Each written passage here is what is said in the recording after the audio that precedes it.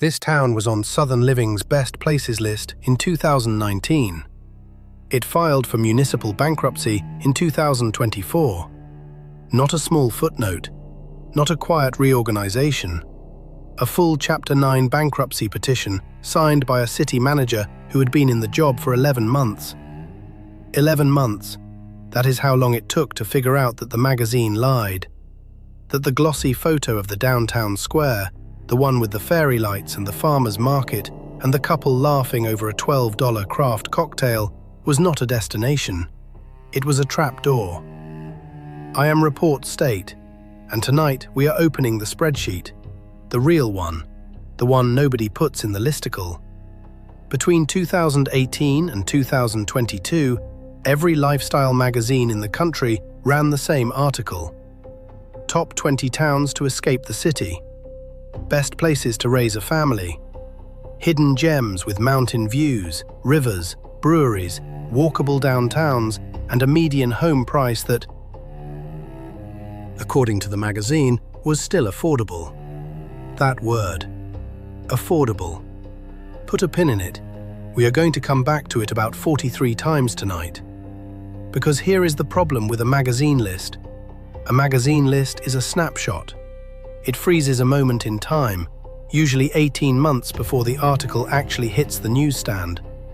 By the time the reader sees it, by the time they share it on social media, by the time they forward it to their spouse with the subject line, "What do you think?" the numbers in that article are already a lie. The median home price has moved, the property taxes have moved, the homeowners association fees, which the magazine did not mention even once, have moved. The insurance market, which was the thing that actually killed most of these towns, was already starting to crack. And the people who believed the article, the people who sold a condo in Chicago, in Los Angeles, in Brooklyn, in Seattle, the people who loaded up a U-Haul, who told their parents they were finally doing it, who posted the keys to the new house on their story with the caption, "Finally home." Those people walked into a town that no longer existed. They walked into the photograph, not the place. Tonight we are ranking 10 of them. 10 dream towns that made every list, every real estate algorithm for 4 straight years. And every single one of them is now, in 2026, a financial trap. Not a metaphor, a literal trap. A place where the numbers on the way in do not match the numbers 6 months later, and the numbers 6 months later are designed to break you. Here is the teaser. On this list, there is a town where the homeowners association fees went up 340% in 2 years. 340, not a typo. There is a town where no insurance company will write a new homeowner policy. Not Allstate, not State Farm, not Progressive. Nobody. And the state insurer of last resort has a waiting list of 11,000 names. There is a town where the median home price went up 142% between 2019 and 2024, and the median household income went up 11% in the same window. And number 1 at the top of this list is a town you have seen in every single Instagram reel for the last 4 years. You know the one. You already know. Keep watching. Before we go in, do the thing. Hit the subscribe button. Not because I need it, because you need it. Because the next time a magazine tells you to pack up your life and move to a mountain town with a median price that seems too good to be true, you are going to want the episode that explains exactly how that lie was built. This channel is the spreadsheet. Subscribe so your next move is not the reason you spend the rest of your life paying off somebody else's magazine cover. Let's break it down. Number 10, Asheville, North Carolina, the Mountain Mirage. Asheville made every list, every single one. Travel and Leisure, Southern Living, Forbes, National Geographic put it on a cover in 2019 with the headline, "The Soul of the Blue Ridge." And for about 18 months, it lived up to the hype. The downtown was charming. The food scene was legitimate. The breweries were real, not the kind of fake craft beer bar that opens in a strip mall pretending to be a microbrewery. Asheville was the real thing, or at least it was before the pipe burst. Here is what the magazine said in 2019. Median home price, $284,000. Cost of living, 6% above national average. Crime rate, moderate. A charming mountain town with a vibrant arts district and year-round outdoor recreation. Here is what the spreadsheet says in 2026. Median home price, $472,000. Cost of living, 21% above national average. Property taxes in Buncombe County, up 58% since 2020. Short-term rental saturation, 9% of the entire housing stock. 9%. That is 1 in 11 houses functioning as a hotel room. But here is the part that actually breaks people. The part the magazine absolutely did not put in the article.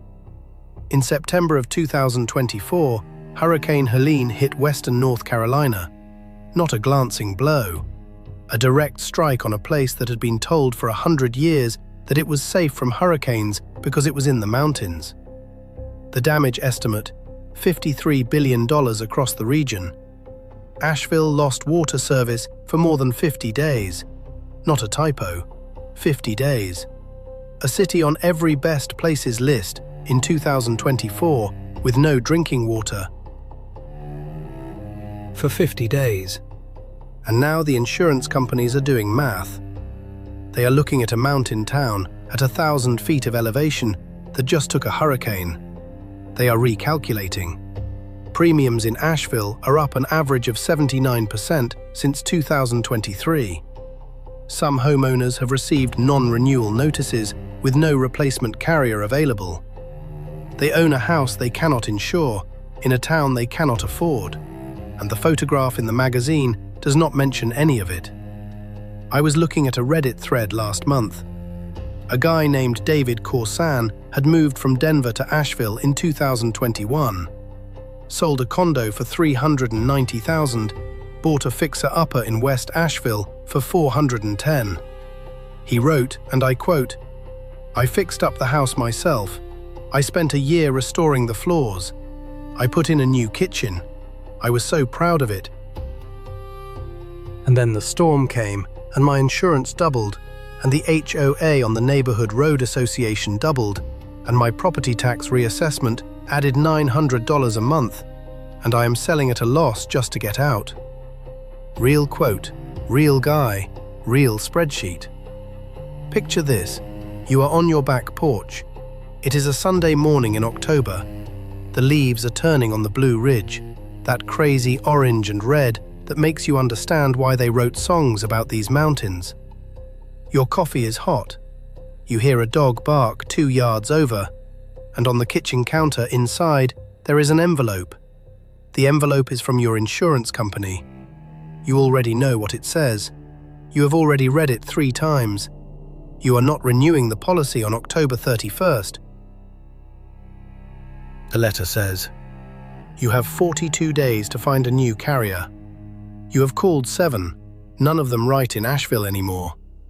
That is the mountain mirage. It was a dream for about 24 months, and then the dream sent you a letter. If you think Asheville is brutal, wait until you see what happens to a town that has been bragging about its median income for 10 years. Because number 9 did not need a hurricane to fall apart. Number 9 is what happens when the people who live in a place cannot afford to live in it anymore. And nobody in the magazine industry wants to write about that. Because that is not a story, that is a trend. Number 9. Bozeman, Montana.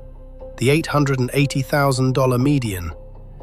There is a sentence in the Outside magazine article from 2020 about Bozeman, Montana, that I want to read out loud. Quote, "Bozeman is the rare western town that has figured out how to grow without losing its soul." End quote. The article was written by a guy named Tom Brasher, who, according to his bio, lived in Brooklyn. In 2020, the median home price in Bozeman was $480,000. In 2025, it is $880,000. It nearly doubled in 5 years. And the soul, whatever the soul was, does not live there anymore because the soul cannot afford rent. Here are the numbers. Median home price, $880,000. Median household income in Gallatin County, $73,000. Standard mortgage affordability math says a household earning $73,000 can afford a house at about $290,000. So the median home in Bozeman costs 3 times what the median household can afford. 3 times. In a town that Outside Magazine called rare. The rental market is worse. A 1-bedroom in Bozeman, as of November 2025, averages $2,100 a month. For a town of 56,000 people, that is higher than Philadelphia. That is higher than Pittsburgh. That is higher than most of Chicago. And Bozeman does not have the jobs that justify those prices. The average wage at Montana State University, the biggest employer in town, is $47,000. The service sector, which runs the restaurants and the ski shops and the bars that make Bozeman charming in the magazine article, averages $28,000. The math does not work. It has not worked for 5 years. Everybody knows it does not work. And the only question left is, who eats the loss when the music stops? What nobody tells you about Bozeman is the second home problem. According to county records, 31% of residential properties in Gallatin County are second homes or short-term rentals. 31, which means in a housing market where there is supposedly a shortage, 1 out of every 3 houses is empty most of the year. The town has built a service economy to support those second home owners, but the service workers cannot afford to live near the service jobs. The result? Teachers, nurses, firefighters, cops, baristas, they all commute in from Livingston, from Belgrade, from Three Forks, from wherever they can still find a 2-bedroom under $1,600 a month, which means Bozeman is now a ghost town with good food. The daytime population is real. The nighttime population is a hedge fund portfolio. A woman named Sarah Donnelly wrote a letter to the editor of the Bozeman Daily Chronicle in August 2025. She was a nurse at Bozeman Health. She had worked there for 14 years. She had just been evicted from her rental because the landlord wanted to convert it to a short-term rental. She wrote, and I am quoting this one, "I have no options left. I have been looking for 6 months. There is nothing under $2,000 a month within 30 miles of my hospital. My children are in Bozeman schools. My entire life is here, but the math says I cannot stay." End quote. Sarah Donnelly moved to Billings. She commutes 3 hours each way, 2 days a week, to keep her job. Picture this. You are a nurse. You have worked at the same hospital for 14 years. You know the building. You know the doctors. You know which elevator breaks on Tuesdays. And the town you served for 14 years has priced you out so completely that your only option is to drive 3 hours in the dark, in a Montana winter, to keep the job that defined your life. The dream town did not fail you. The dream town replaced you. And the magazine article is still out there, still on the internet, still on the Best Places archive page, still telling people to move to Bozeman. If Bozeman priced out the locals, Number 8 did something weirder. Number 8 sold a lifestyle that depends on a resource the town is literally running out of. Number 8, Sedona, Arizona, the Red Rock Dryout. Sedona, Arizona, population 10,000 permanent residents, annual visitors 3 million. Red Rocks, Vortex Energy Tours, a downtown that was literally designed by zoning ordinance to look like a set from an 1890s Western. Sedona was on every best places list for a decade. Condé Nast Traveler called it the most beautiful small town in America in 2018. And in the spring of 2024, the city of Sedona announced mandatory water restrictions. Not voluntary, mandatory, because there is not enough water. Here are the specifics. Sedona is in the middle of what hydrologists are calling a 30-year drought on the Colorado River watershed. The city water system pulls from groundwater and from a diversion of Oak Creek. Groundwater levels in the Verde Valley have dropped an average of 60 feet since 2000. 60 feet. The creek is running at less than 40% of its historical flow. In April 2024, the city imposed Stage 2 water restrictions. No new lawn installations. No car washing at home. No pool filling for new pools. Commercial water deliveries for construction limited to twice a week. And the home prices. Oh, the home prices. Median home price in Sedona, as of last quarter, $852,000. For a town where you cannot water your lawn. Where the city council is openly discussing whether to halt new building permits entirely. Where property insurance rates have climbed 64% in 2 years because wildfire risk in the surrounding Coconino National Forest is now rated extreme by CAL FIRE modeling. You are paying $800,000 for a house in a town that might literally run out of drinking water in the next decade. And you cannot get a policy that covers the wildfire that is statistically going to happen. What is hilarious, in a very dark way, is that the tourism economy of Sedona requires water. The resorts need water.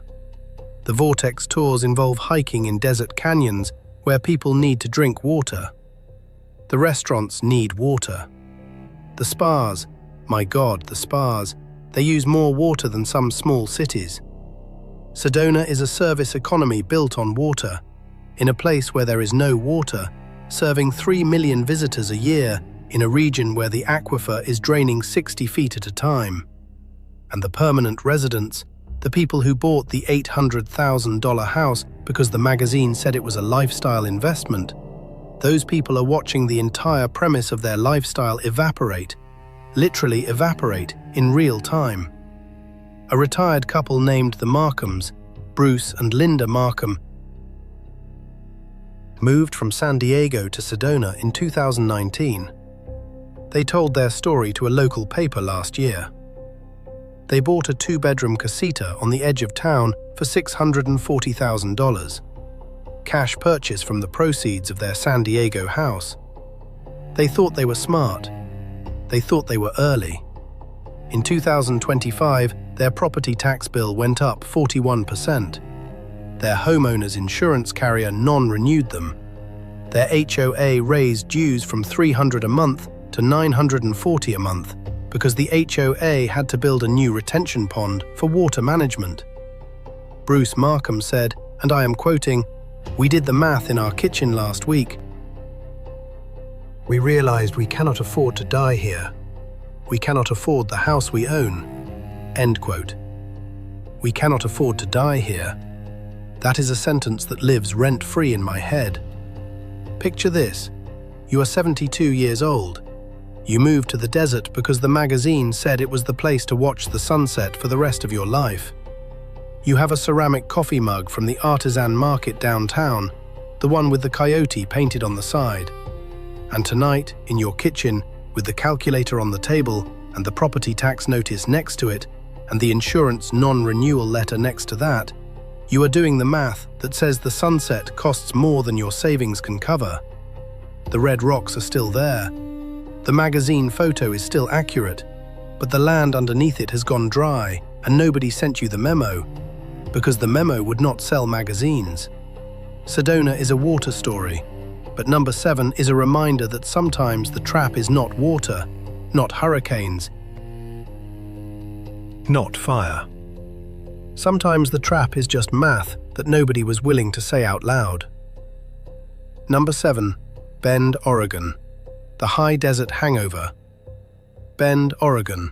Every list, every year. 2018 through 2022. Outside Magazine, #1 outdoor town. Livability.com, top 10 affordable. Sunset Magazine, best small city in the West. And for about a decade, Bend delivered. The mountain biking was real. The breweries, 17 of them within city limits, were real. The Deschutes River running through downtown, the views of the Three Sisters, the powder at Mount Bachelor. All real, all documented, all in the photograph. Here is what else was real. In 2019, the median home price in Bend was $412,000. In 2022, at peak, it hit $740,000. In 2026, it is still sitting at $690,000, which is lower than peak, but still 67% above the 2019 number. Median household income in Deschutes County, $78,000. So, by mortgage math, the median home is worth twice what the median household can afford. That is the setup. The punchline is the insurance market. Bend sits in what the Oregon Department of Forestry classifies as an extreme wildfire risk zone. The surrounding area, the Deschutes National Forest, the Ochoco, the Crooked River region, has been burning with increasing frequency since 2017. The 2020 Labor Day fires came within 15 miles of Bend. The 2023 summer, 4 major fires within 60 miles, with evacuation warnings issued twice. And the insurance companies have noticed. Oregon homeowners' insurance rates are up an average of 43% since 2022. And Bend specifically is up 71%. State Farm stopped writing new homeowners policies in Oregon in 2024. Allstate is limiting new policies in the Bend zip codes. The FAIR Plan, the state insurer of last resort, has a waiting list. A waiting list to pay extremely high premiums for an insurance policy of last resort. And the HOA situation. In the newer developments on the east side of Bend, the Northwest Crossing area, the Tetherow neighborhood, HOA dues have climbed from an average of $180 a month in 2020 to $460 a month in 2025. Why? Because the HOAs are being forced to fund defensible space maintenance, to pay for private road insurance that the regular market will no longer cover, to build fuel breaks, to maintain evacuation routes. The cost of living in a beautiful place in the American West has quietly become the cost of private climate infrastructure. And the homeowner is the one holding the bill. A guy named Mark Devinson, I talked about him in my notes last month, bought in Bend in 2021. He was a software engineer from Portland. He bought a 2,200 square foot house in a newer development for $650,000. In 2025, here is his monthly nut. Mortgage, principal and interest, $3,800.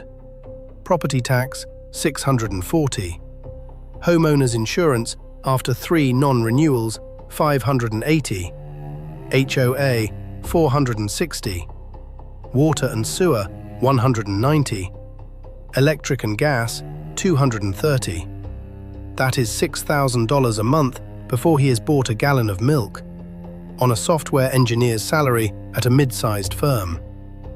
Mark Devinson put the house on the market in October of last year. It has been sitting for 114 days, no offers above his asking price. 2 offers below, both contingent on the insurance policy being transferable, which it is not. This is the high desert hangover. The party was real, the brewery was real, the river was real, and the bill came, and the bill was designed by a climate model that the magazine editor had never read.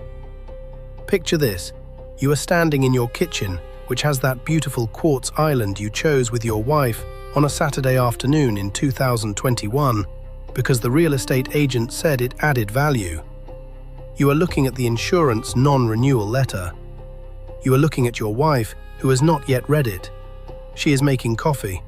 The view out the kitchen window is still the Three Sisters, still the mountain, still the postcard. But you know that in 6 months you will be selling the house, the island, the view, the whole life, at a loss to someone who will probably be selling it again at a bigger loss in 2 more years. The magazine article is going to outlive the town's affordability by a decade. Bend got hit by math and fire. Number 6 got hit by something none of us saw coming because it sounded like a selling point. Number 6 is a town that got gentrified by the internet. Number 6, Chattanooga, Tennessee. The gigabit gentrification. Chattanooga, Tennessee. Riverfront revitalization. Walkable downtown. Coolest small city in America, according to Condé Nast Traveler 2021. And the killer app. The selling point that every remote worker read on every tech blog for 8 straight years. The gigabit internet. Chattanooga, uniquely in America, built a municipal fiber network in 2010 that gave every resident access to 1 gigabit per second internet and later 10 gigabit. For a decade, that number was a magnet. Remote tech workers from San Francisco, from Austin, from Seattle, read about Chattanooga and did the math. Fast internet, affordable housing. River views. What could go wrong? What went wrong was the magnet worked too well. From 2018 to 2023, Chattanooga added about 22,000 new residents, mostly from higher-cost metros. The median home price in 2018 was $165,000. In 2025, it is $347,000. It more than doubled. And the demographic math is brutal. The median household income in Chattanooga is $53,000, lower than the national median, but the home prices are now above the national median. So the locals, the people who made Chattanooga feel like the coolest small city in America in the first place, cannot afford to live in Chattanooga anymore. The rent increase is where it gets ugly. Average rent on a 2-bedroom in downtown Chattanooga in 2018, $940. In 2025, $1,980. That is a 111% increase in 7 years. In a city where the minimum wage is still the federal floor. In a city where a lot of jobs, service jobs, warehouse jobs, nursing aid jobs, pay $15 to $18 an hour. The math simply does not allow a single person at $18 an hour to rent a 1-bedroom alone anywhere within the city limits. It does not work. It cannot work. And every year the gap widens. The property tax reassessment cycle in Hamilton County hit in 2024, and it was catastrophic for legacy homeowners. People who had owned their homes for 20, 30, 40 years, who had never planned to sell, who had paid off their mortgages, suddenly received reassessment notices that tripled their annual property tax bill. In the Highland Park neighborhood, which is a historically working-class black neighborhood near the city's southern edge, the average reassessment jumped by 280%. Retirees on fixed incomes, people who had lived in those houses since the 1960s, received tax bills they could not pay. And the only option, for a lot of them, was to sell. And the buyers were, overwhelmingly, out-of-state investors, remote workers, and short-term rental operators. Chattanooga, in 2 years, restructured itself in a way that will not be undone in a generation. A woman named Eleanor Whitfield, 81 years old, had lived in her Highland Park home since 1967. She raised 4 children there. Her husband, now deceased, built the back deck himself. In 2024, her annual property tax bill went from $1,100 to $3,100. Her Social Security income is $19,000 a year. She cannot pay the tax. She told a local reporter, and I am quoting, "I do not understand what happened. I do not understand what I did wrong.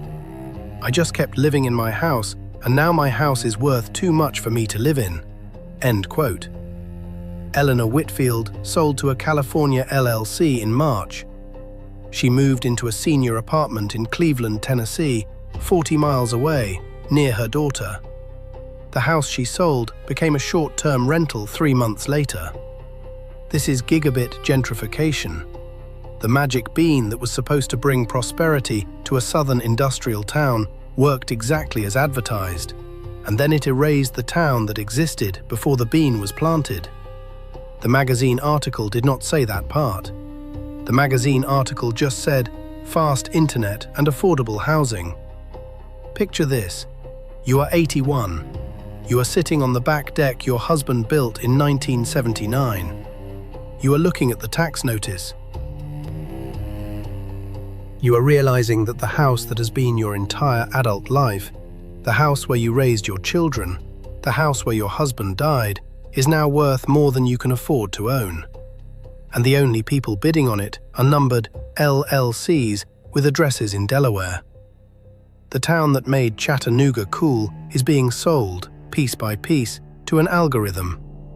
If Chattanooga was gentrification by fiber optic cable, number 5 is what happens when a town sells you altitude like it is a luxury good, and then sends you the bill. Number 5. Flagstaff, Arizona, the altitude bill. Flagstaff, Arizona sits at 7,000 feet of elevation.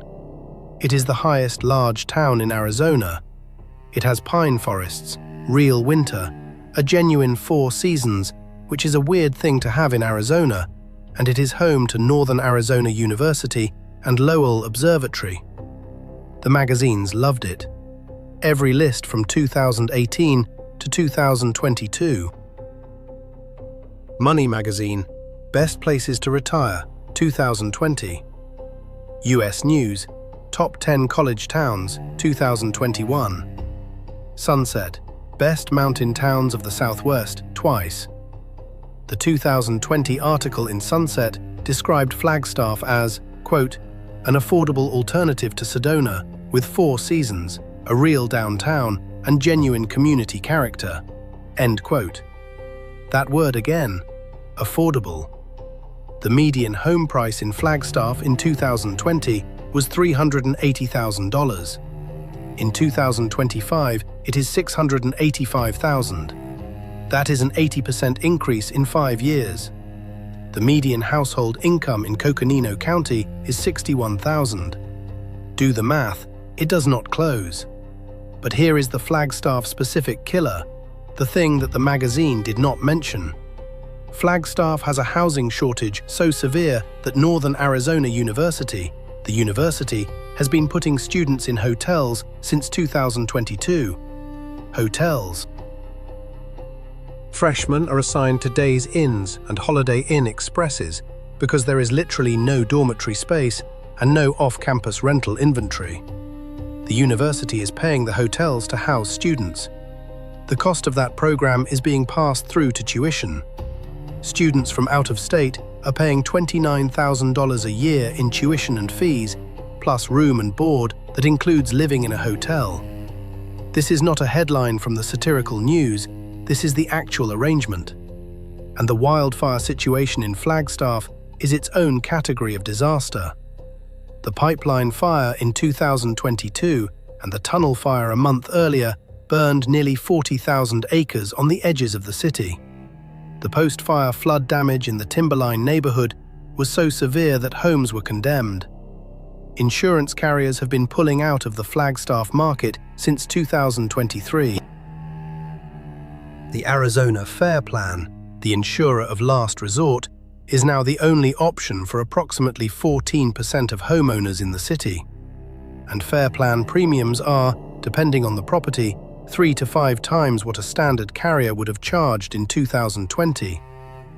The HOA situation in newer Flagstaff developments, particularly in the Continental Country Club area and the Aspen Place developments, has followed the Bend pattern. Dues have climbed between 160% and 340% since 2020. That 340% number, the teaser from the top of this episode, that is Flagstaff. That is the Continental Country Club HOA, which raised monthly dues from $210 in 2020 to $920 in 2024 to fund fire mitigation, private road maintenance, and a new water retention system mandated by the county.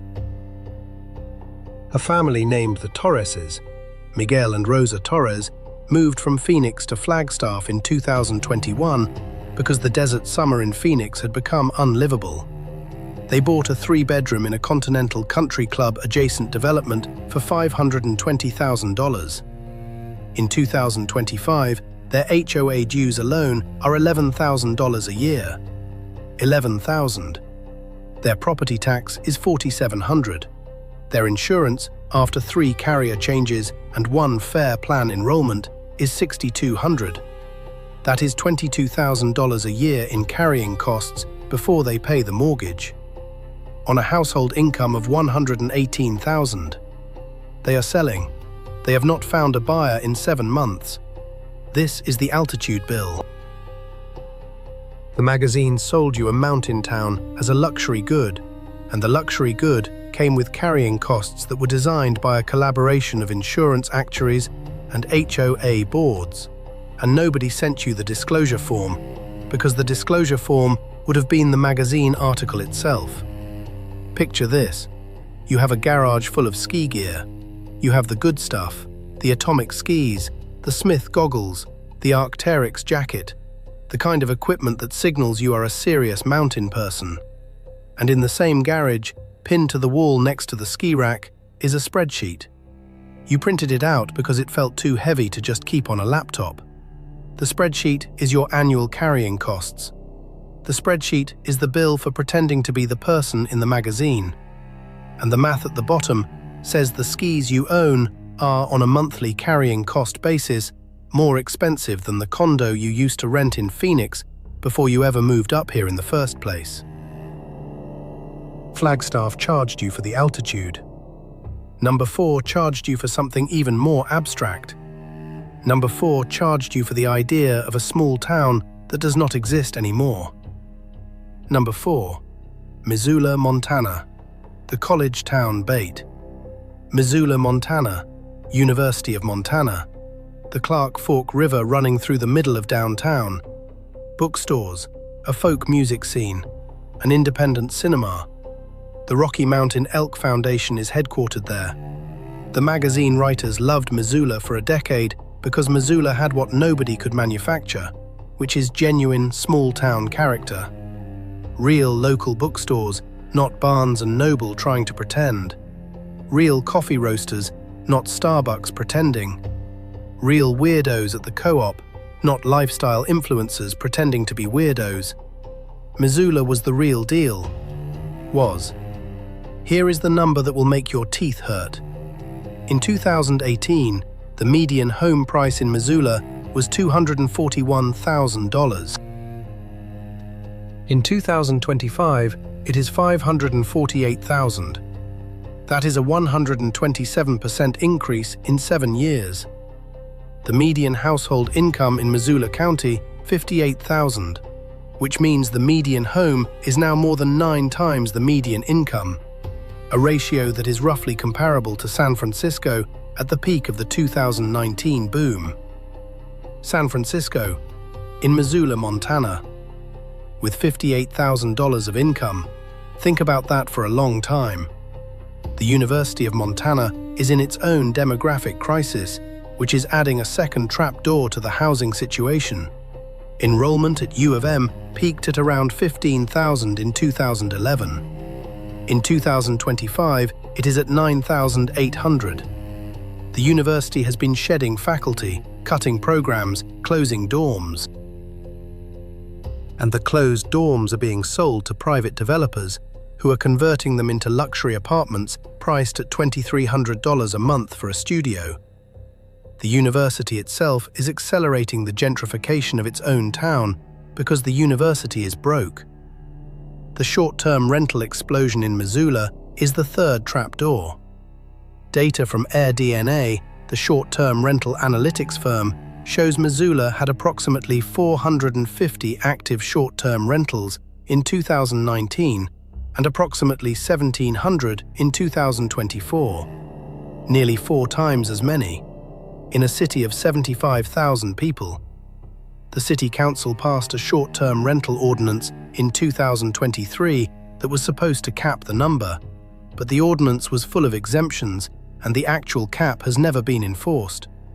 The result, again, is that a percentage of the housing stock that used to house real residents is now housing tourists 14 days a month. A musician named Jesse Farrow, who had played in a local band for 12 years, lost his rental in 2024 when his landlord converted to Airbnb. He posted a video on social media that got about 900,000 views. He sat on the curb outside his old rental, guitar case next to him, and said, and I am quoting, "I wrote 2 albums in that house. I recorded a live record on that porch, and I am being evicted because a family from California wants to come here 4 weekends a year for the trout fishing." End quote. Jesse Farrow moved to Butte. He plays a lot fewer shows now. Lemped the GPS on his Tesla. Picture this.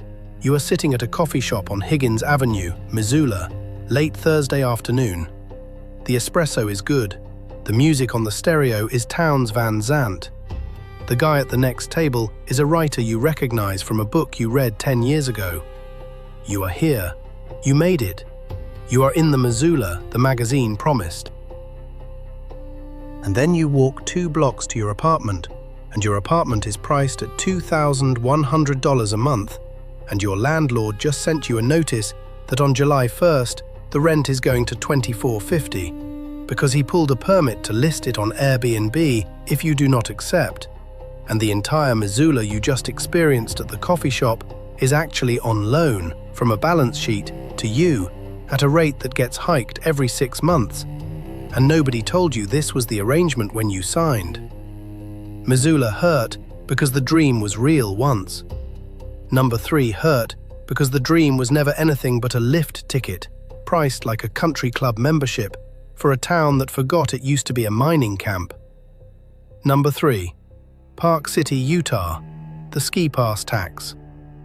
Park City, Utah, former mining town, host city of the 2002 Winter Olympics, home of the Sundance Film Festival and operator of Park City Mountain, the largest ski resort in the United States. Park City has been on every winter lifestyle list, every resort town list, every celebrity real estate roundup for 20 straight years. The glossy photo is of Main Street in snow, with a horse-drawn sleigh going past a chocolate shop and the sun setting over the Wasatch back. Perfect. Iconic. And in 2025, the median home price in Park City is $2,300,000. $2.3 million. Median. Let us be clear, Park City was never affordable. Park City has been expensive since Robert Redford bought a house there in the 1970s. But the lists kept putting it on the best places to live articles, and people kept reading those articles and misreading Park City for a town. Park City is not a town. Park City is a resort dressed up as a town. And in the last 5 years, the resort has eaten the town. The median home price went from $980,000 in 2019 to $2.3 million in 2025. The property tax system in Summit County is particularly brutal on long-term residents because Utah reassesses properties on market value every year without any Proposition 13 style protection. So a family that bought in Park City for $300,000 in the early 2000s has watched their property tax bill climb from about $2,200 a year to $26,000 a year in current dollars. $26,000 annually in property tax on a house they bought for $300,000. For people on fixed incomes, for retirees, for anyone who is not actively increasing their income at 12% a year, this is a slow expulsion. And the service workforce housing crisis in Park City is a legend in the western United States. The employees who run the resort, the lift operators, the ski instructors, the hotel housekeepers, the restaurant servers, almost none of them live in Park City. They live in Heber, in Camas, in Colville, in Salt Lake City proper. They commute up Parley's Canyon every morning, through winter weather, through snowstorms, for jobs that pay between $17 and $26 an hour. Park City Mountain Resort has operated a bus system for its own employees for 20 years because there is no other way to get them to work. This is not a secret. This is the operating model. The HOA structure in the newer Park City developments, the Promontory area, the Toohey neighborhood, the Glen Wild Golf community, is where it gets actuarially insane. HOA dues in some of these neighborhoods have crossed $1,800 a month, not a year, a month, because the HOA includes club membership fees, private ski concierge services, private road snow removal, private security, private water management. The dues structure has become a shadow property tax paid to a private entity that has no accountability except to the board of the HOA, and the board of the HOA is usually dominated by second home owners who do not actually live there. A ski instructor named Tyler Kowalski worked at Park City Mountain for 9 seasons. He was a certified PSIA Level 3 instructor, which is a serious credential. In 2023, his hourly rate was $24. His rent on a shared 3-bedroom in Heber with 2 roommates was $1,100 a month for his share. His commute was 45 minutes each way in good weather, 90 minutes in bad. In 2024, his rent went to $1,400. He told a reporter, and I am quoting, "I teach the kids of people who own 4 houses. I teach them how to ski at the resort I cannot afford to live near. I live with 2 other ski instructors in a town I did not choose, and I am 34 years old, and I do not see how this ends." End quote. Tyler Kowalski left the industry in 2025. He sells industrial flooring in Denver now. This is the ski pass tax. The lifestyle the magazine sold you requires other people, real people with names and families, to subsidize it with their labor, and those people are being pushed further and further from the mountain every year, until the mountain becomes a theme park that cannot actually operate because nobody is left to run the lifts. And the homeowner is paying $2.3 million for the privilege of participating in a system that is quietly breaking. Picture this. You bought the house. You did it. $2.3 million. 4 bedrooms. A view of the slopes from the primary suite. A ski locker by the garage. You are, on paper, the person the magazine wrote about. And on December 23rd, with a foot of fresh powder on the ground and the lifts expected to open at 9, you learn from the resort app that half the lifts will be running with reduced capacity because the resort could not staff them for the holiday weekend. April 17th, 2026, 14:17. Dahlia. April 17th, 2026, 14:19. The lift operators, the ski patrol, the terrain park crew, they all live in Heber, and the pass through Parley's Canyon is closed due to weather, and they cannot get to work. You are sitting in a $2.3 million house looking at a mountain you cannot ski because the economy that makes your lifestyle possible has been priced out of the valley. The magazine photo is still accurate. The sleigh is still on Main Street. But the town behind the photo is hollow, and it has been hollow for 3 years, and nobody has figured out how to tell you without making you feel stupid for buying in. Park City broke because it was never a town. Number 2 broke because it thought it was an eternal city, and it forgot to check the map. Number 2. Charleston, South Carolina, the sinking showroom. Charleston, South Carolina, Rainbow Row, horse-drawn carriages, the College of Charleston, Fort Sumter visible from the Battery. Charleston has been on every best places list in every category for about 200 years, and specifically in the modern magazine era, 2015 through 2023, it was a fixture on Travel and Leisure's #1 city in the United States list, 5 times in 8 years. 5. The national tourism brand of Charleston is so strong that it has basically detached from the underlying reality of the city for a long time. The photograph in your mind is accurate. The street-level experience for a tourist is accurate. But the spreadsheet underneath has become a horror movie. Here are the facts. The median home price in the city of Charleston in 2019 was $390,000. In 2025, it is $752,000. That is a 93% increase. In the historic district, where the Rainbow Row postcard houses are, median price is $2.8 million. For a house that is 300 years old and built on what is essentially reclaimed salt marsh. Which brings us to the sinking part. Charleston has what climate scientists call a compound flooding problem. The city floods from 3 different sources. Rainfall flooding, because the stormwater system was designed in 1927 for a city of 60,000 people and now serves a metro area of 800,000.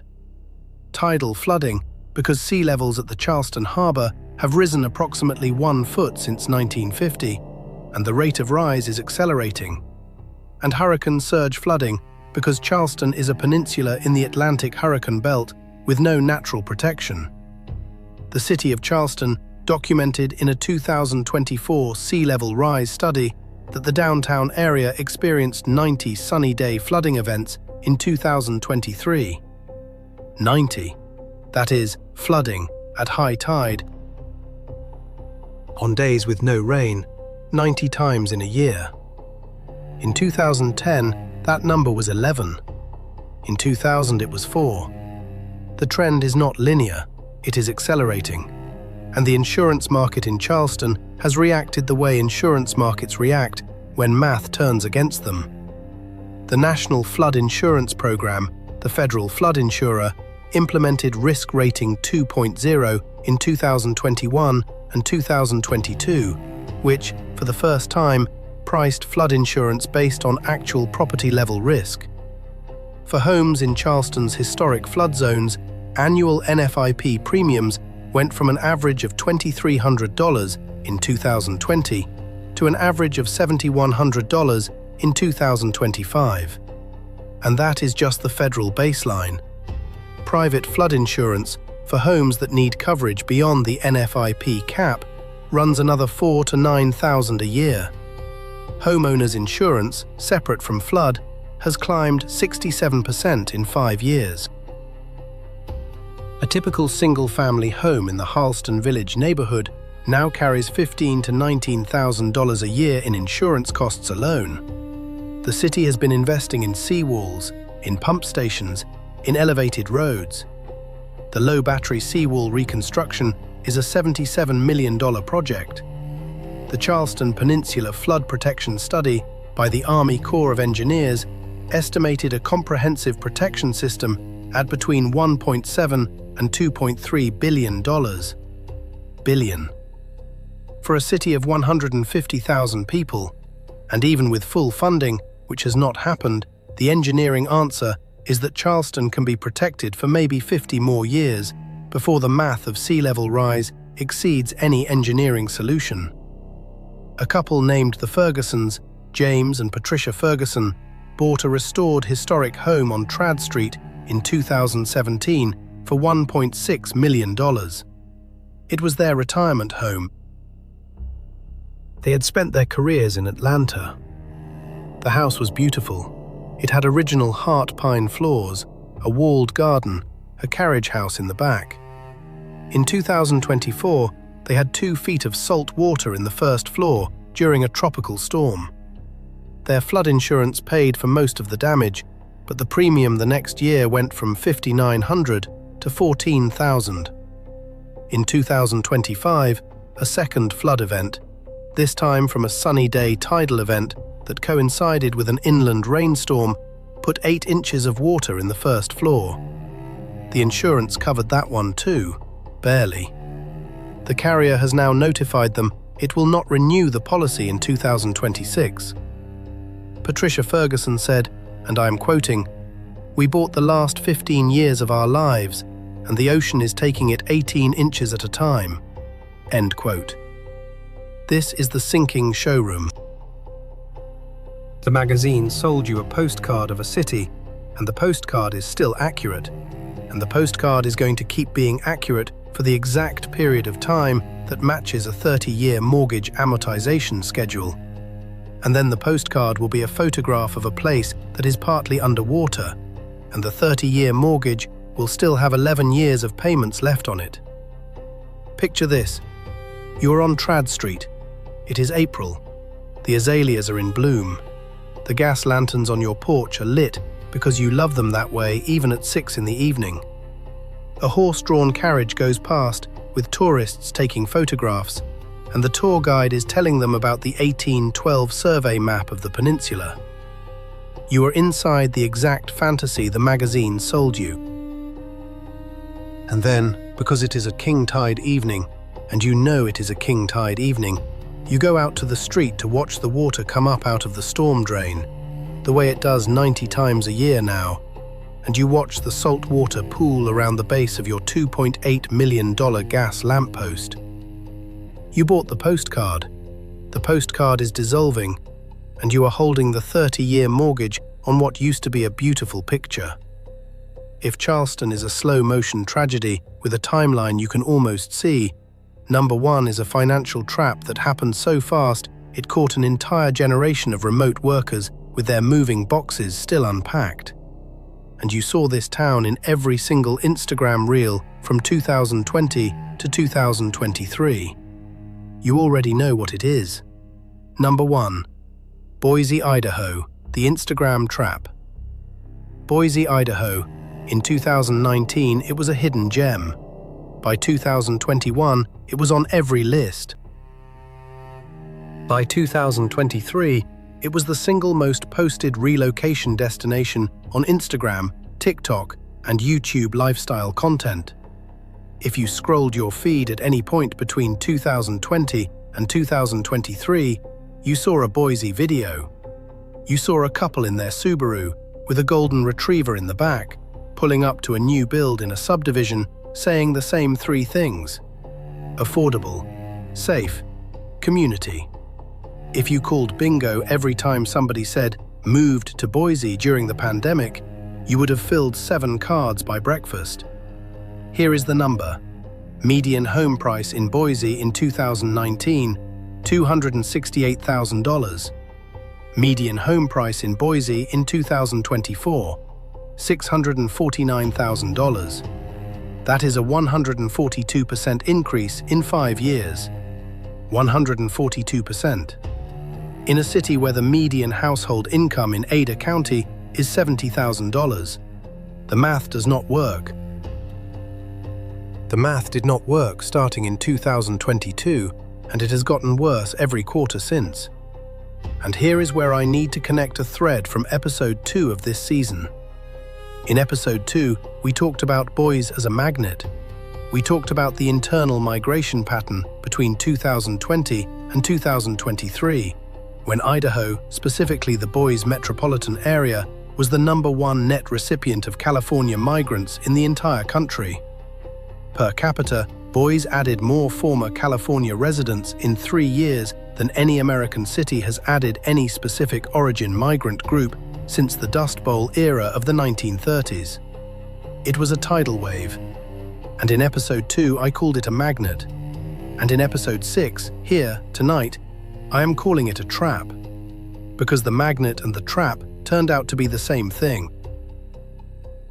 What happened to Boise between 2022 and 2026 is a case study in how fast an urban economy can go upside down when a price signal breaks. The remote workers who moved to Boise from San Francisco, from Los Angeles, from Seattle, were not doing anything irrational. On paper, they were making good decisions. Sell a condo in Oakland for $1.2 million. Buy a new build in Meridian for $600,000. Pocket the difference. Work remotely. Live better. on paper. Problem is, the paper was out of date by the time they signed. Here is how the trap closed on them. First wave, 2020 through 2021. Prices moved up 30%. Fine, early movers still looked smart. Second wave, 2021 through 2022. Prices moved up another 40%. Late arrivals were paying peak. Third wave, 2022, late into 2023. Interest rates jumped from 3% to 7.8%. The monthly payment on a median Boise home went from about $1,800 to about $4,400 in 14 months. Fourth wave, 2023 into 2024. Remote work policies at major employers tightened. Several of the biggest employers of Boise transplants, including a handful of Silicon Valley tech firms, began requiring in-office presence 2 or 3 days a week. The remote workers who had relocated were suddenly looking at flights to San Francisco twice a week out of Boise, at $600 a flight, on top of their mortgage that was already underwater. Fifth wave, 2024 into 2025. The property tax reassessment cycle in Ada County hit, and it hit hard. Properties that had been bought in 2020 at $350,000 and appreciated to $650,000 saw tax reassessments that doubled their annual bill. On a house the owner was now paying $4,400 a month in mortgage for, the property tax alone added another $800 a month. Sixth wave, 2025. Insurance companies began non-renewing policies in the West Ada wildfire urban interface zones. Homeowners in Eagle, in parts of Meridian, in Star, received non-renewal notices, and the Idaho Fair Plan has a waiting list of more than 4,000 households. Seventh wave, happening now, 2026. Homeowners who were underwater on their mortgages, underwater on their insurance, and underwater on their commute started listing at any price. The Boise Regional Realtors Association reported in October of 2025 that the median days on market for a home in the Boise metro area was 141 days. In 2021, it was 6 days. 141. The inventory is exploding because sellers are panicking, and the buyers who would have absorbed that inventory, the remote workers, the pandemic migrants, the YouTube viewers, have all moved on to the next city, which, by the way, is a town in Tennessee that I am going to cover in an episode later this season. And here is the nightmare detail, the number I promised you at the top of this episode. According to a report by the Federal Reserve Bank of San Francisco, in the second quarter of 2025, approximately 47% of households in the Boise metro area who purchased a home between 2021 and 2023 are currently underwater on their mortgage, meaning the market value of the home is less than the outstanding mortgage balance. And of those, approximately 19% are more than 60 days delinquent on their mortgage payment. Put those two numbers together. 47% underwater, 19% of the underwater seriously delinquent. That is roughly 9% of all recent Boise homebuyers in active financial distress. In a metro area of about 750,000 people, that is tens of thousands of households sitting right now, in November of 2026, in houses they cannot afford, they cannot sell, and they cannot insure. That is what the Instagram reel did not tell them. A couple named the Dunphys, Ryan and Kelly Dunphy, moved from Oakland, California to Meridian, Idaho, a Boise suburb, in the summer of 2021. They sold a 2-bedroom condo in Oakland for $890,000. They bought a 4-bedroom new build in Meridian for $580,000. They had $240,000 in cash left over after the move.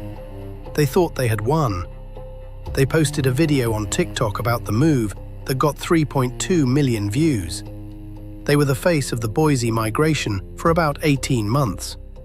Ryan was a software engineer at a firm based in Mountain View on a fully remote contract. Kelly was a marketing director at a Los Angeles ad agency, also fully remote.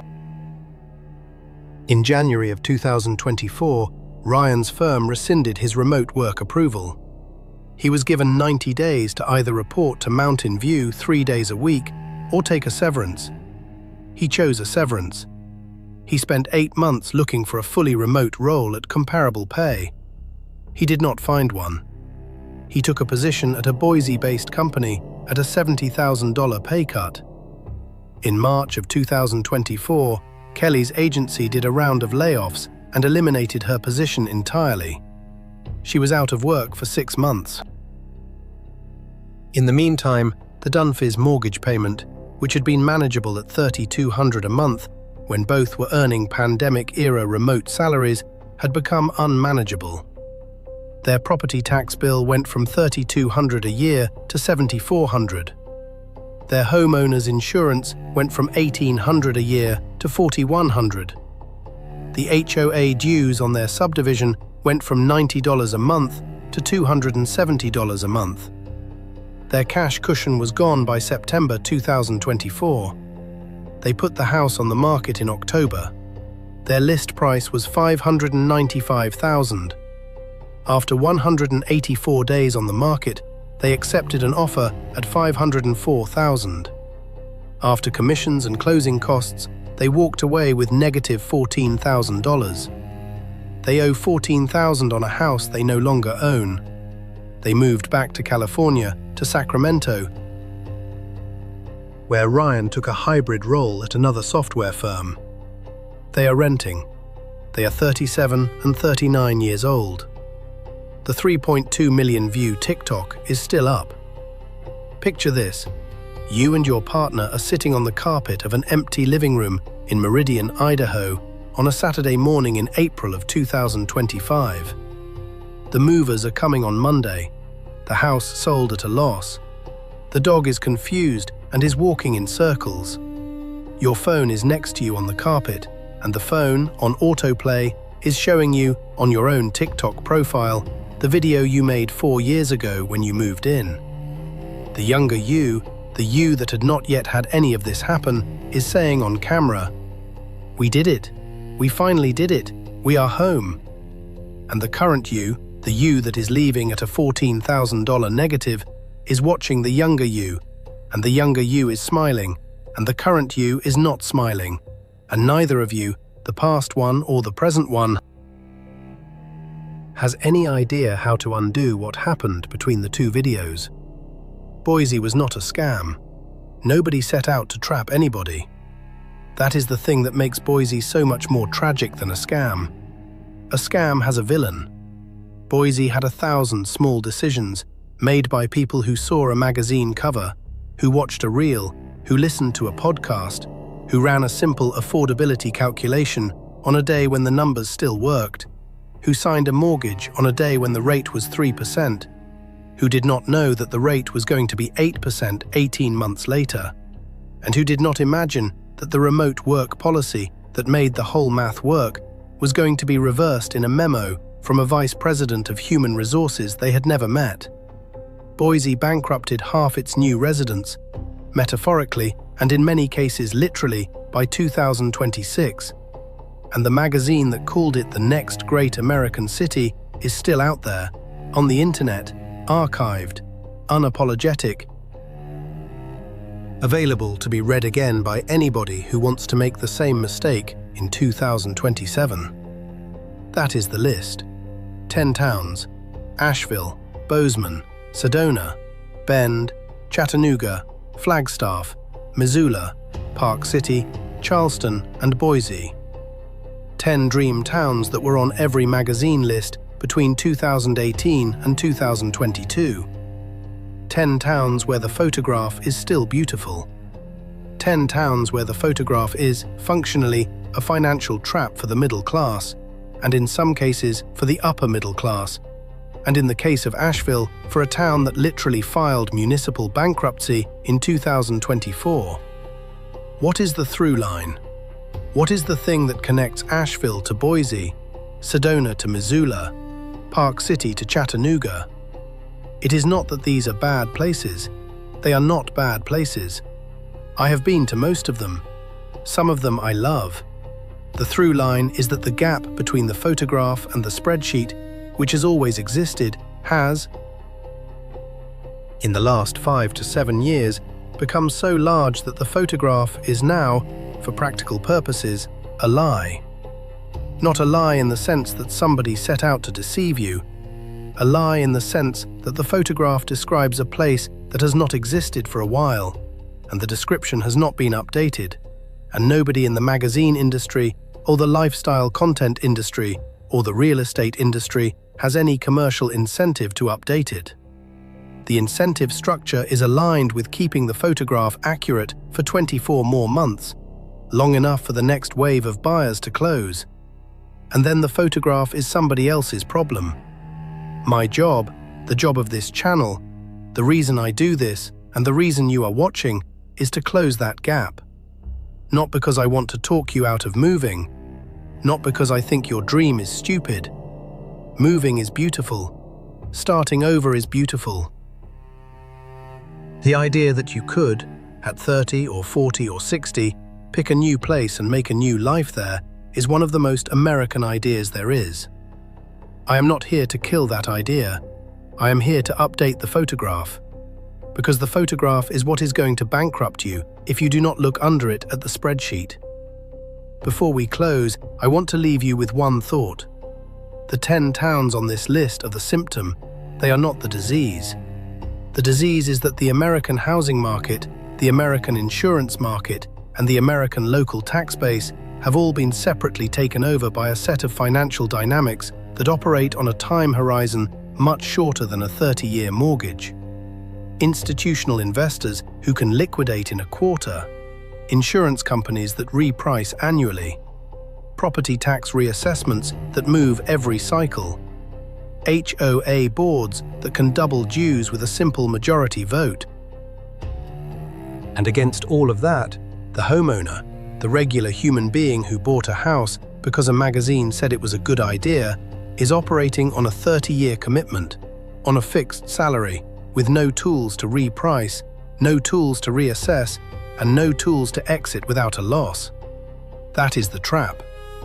The 10 towns on this list are where the trap closed first and hardest. But the trap is not limited to these 10 towns. The trap is the structure, and the only defense against the trap is information. Real information, not photographs, not reels, not magazine articles. Numbers, receipts, spreadsheets, names of real people like Eleanor Whitfield and Tyler Kowalski and the Dunphys, whose stories are the actual testable evidence of what these places are doing to the people who live in them. If you watch this all the way through, you are the kind of viewer who is not going to get caught by the next magazine cover. You are the kind of viewer who is going to look at the spreadsheet before you sign. You are the kind of viewer who is going to ask about the insurance market, about the HOA escalation clause, about the property tax reassessment cycle, about the median income to median home price ratio, about the short-term rental saturation, about the water rights, about the wildfire urban interface zone, about the flood insurance rate map, about all of the things that the magazine article does not cover, because covering them would make the magazine article less pretty. That is the single most valuable skill a homebuyer can have in 2026. The skill of reading what is not in the article. Hit like, hit subscribe, turn on notifications. Because in the next episode, we are going beyond dream towns on land. We are going to the coast. We are going to the beach towns. The 10 beach towns that, between the flood maps, the insurance pullout, the seawall math, and the sunny day tidal flooding curves, are going to bankrupt you before they drown. If you thought Charleston at number 2 was brutal tonight, wait until you see what is happening on the Outer Banks, in Galveston, in the Florida Keys, in parts of the New Jersey shore, in Folly Beach, in Tybee Island. The next episode is the most sobering episode I have ever put together on this channel. It is researched. It is documented. It is going to change how you look at every coastal photograph in every real estate listing you scroll past. Subscribe so you see it when it comes out. Share this one with the person in your life who is thinking about selling everything and moving to a town they saw on Instagram. They need it. You need it. We all need it. The trap is closing faster every year, and the only people who make it out with their finances intact are the ones who read the spreadsheet before the magazine. This has been Report State. The dream town is real. The dream is real. The trap is also real. Learn the difference, and you get to keep the dream. Miss the difference, and the dream keeps you. Take care of yourself, watch your numbers, and I will see you on the next one.